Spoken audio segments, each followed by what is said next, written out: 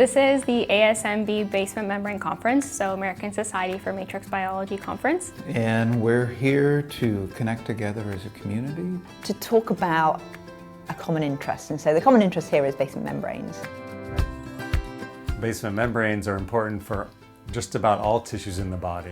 These proteins act as signaling molecules and they perform all sorts of functions. You know, the alveolar basement membrane is somewhat understudied, especially compared to the kidney, and we all have a lot to learn from each other.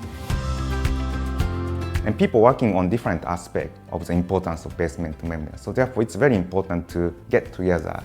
I think that this matrix is much more dynamic than we give it credit for. They can adjust to the environment. When I lose 20 pounds, my basement membranes have to shrink. How does that happen? Seeing how many different approaches on working on basement membrane, being it shape or development or mechanics, it's amazing to see.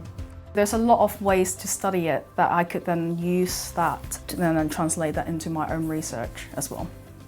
As a patient, I have learnt tons about basement membranes, and the information graphics have been invaluable in explaining all this to me.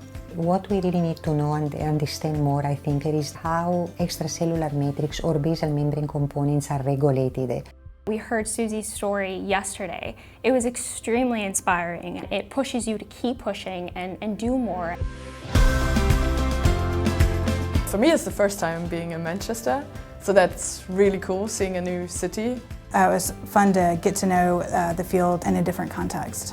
I'm really gratified that our governing council has approved this type of workshop to exchange ideas and hypotheses about how basement membranes work.